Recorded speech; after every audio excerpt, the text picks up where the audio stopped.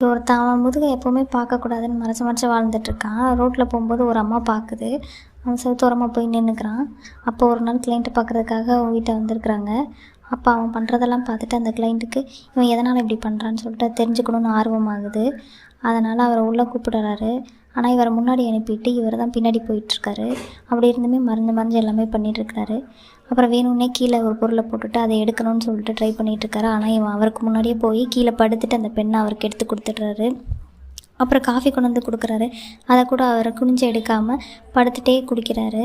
அதை பார்த்தோன்னே அவருக்கு இன்னும் அவனோட முதுவை பார்க்கணுன்னு ஆர்வமாயிடுச்சு.